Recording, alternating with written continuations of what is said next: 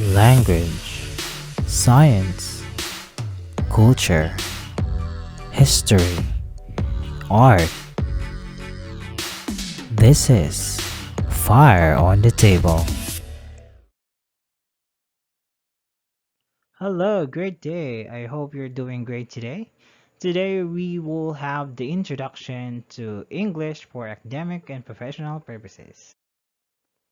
All right. So let me just tell you things about EAPP first, okay, before we dwell into many topics about it.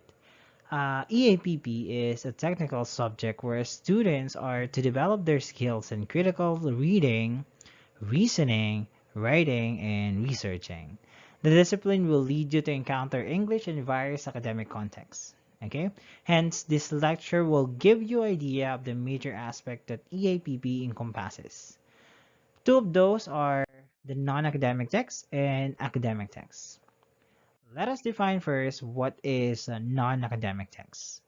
It can be more informal in tone, and it may heavily rely on the emotional appeal or opinion of the author. And that is the definition of that. Okay, so let us analyze this definition part by part so that we will be able to understand it better. First, more informal in tone. Okay, so it means that the way that the author have written the text is in a more conversational way, like how you speak with your parents, siblings, or with your friends. It doesn't require high degree of lexicon or grammar. For example, expressions like "Hey yo," hiya, what's up, or words like gonna, you betcha, party, or vibin. Alright, so which can be categorized as colloquial and slang words are quite acceptable in this form. Also, we have here the definition, it may heavily rely on the emotional appeal or opinion of the author. Well, that means that many of the ideas in the text are subjective or basing on the perspective of the author. And if we say subjective, it means that the author's ideas are actually doesn't possess universal truth, or simply his ideas are not facts. Okay, as for example, the statement, for me the best song of Taylor Swift is Love Story, and that is wholly coming from my own opinion, right? We cannot consider that as a fact because other people might say that the best song of Taylor Swift is Cardigan or Blank Space or Mean or whatever song of Taylor Swift, right? So meaning, in non-academic text, people can declare things based on their own opinion. Okay? It doesn't necessarily to be a universal fact or universal truth. Okay? So some of the examples of the non-academic texts are these. Okay, so we have poems, novels, short stories, personal letters, skits, or other compositions. Okay, now let's move on to academic texts. Well, it is defined as critical, objective, specialized texts written by expert professionals in a given field using formal language. So let's analyze this as well. Okay, so uh, from the definition, we can say that this is the exact opposite of non-academic text because it is objective. Okay, when we say objective, all of the statements that the author have written in a text are based on facts, observations, or maybe researches, or with scientific evidences that may strongly support the ideas presented. Also, colloquial and slang language are not acceptable in this kind of text. Only formal language should be used or exhibited. Okay? Some of the examples are book review, theses, abstract, dissertations, reaction paper, or conference paper. All right? And since I mentioned that EAPP is a technical subject that follows the rules of grammar and the required mechanics in the English language, EAPP focuses on the academic text. Okay?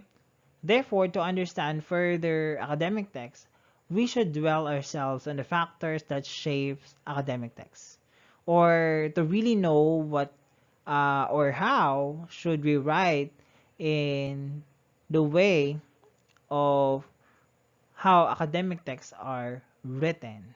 Okay, and what should we expect in an academic text? So we have different factors that we should know, and these are those. Okay, so there are three major factors that shape academic texts. First is the audience. Okay, so we should always take in consideration the people who will be reading the text. Okay, so why do we need that? Well, simply because they will be the one who will be reading your text. Okay, does that make sense? I hope it makes sense, because let me explain that further. Because academic texts are interpersonal texts, meaning you are expected to show or give it to specific target audience. Um, but should we really think of who will be our audience? Well, yes, of course, right? Because of the question, will my reader understand my way of writing? Hence, you need to identify the different characteristics of your audience, such as their age, profession, experiences, education, ethnicity or race, even lifestyle, and so much more, for you to adjust what you will be writing to the standard or to the level of your audience. Let's take this as an example. For example, you are a teacher for grade 3 students, and you have written a module to be used as a resource material of your students. But you have used highfalutin words or a high level of language. Well, do you think your grade 3 students will be able to understand what you have written, or do you think they will have the interest in reading it if many of the parts of your modules cannot be comprehended by them? Well, I don't think so. So you need to think first of the level of their language, so you will be able to engage your target audience to your text, because they can understand what you have written. And for you not to put your efforts, di ba, into waste, right? And you will be writing a lot, and it will take a lot of your time, your effort, but in the end, it will not make sense, right? If you will not really take into consideration what kind of audience you will have, okay? So it's really highly important to identify your audience. Next is role and purposes. Okay? These two words are extremely related if defined in academic texts. Okay? Because these pertains to author's goal. Okay? You should know your purpose to know your role. Okay? That's my basic principle in writing. In academic text or academic writing, most of the time, the purpose of the author is to inform readers about a certain topic. Okay, for example, the purpose is to inform readers about the cause of COVID-19.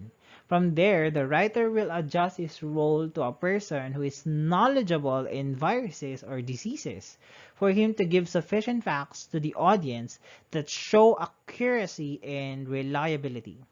Hence, you should identify your role and your purposes before writing to have a plan on how you will approach your topic. Okay? And lastly, we have here the third factor. Um, this is the organization and presentation.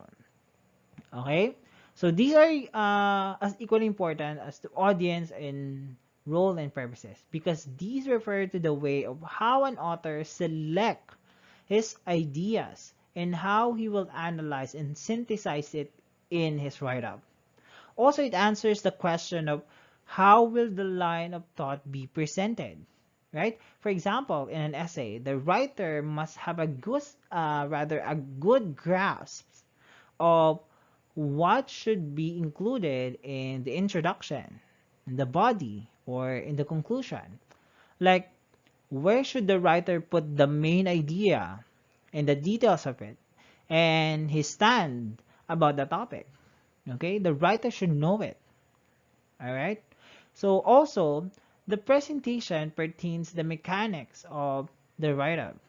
You should always check the grammar, punctuation, capitalization, and other rules of technical writing to assure that you will not only provide sufficient information, but you will be able to write it correctly. Okay, so these are the factors that shape academic writing. And that's the introduction for English and academic purposes. I hope you have learned a lot today, and we're going to be knowing a lot more in our next lecture. Thank you so much for listening. Language, science, culture, history, art. This is Fire on the Table.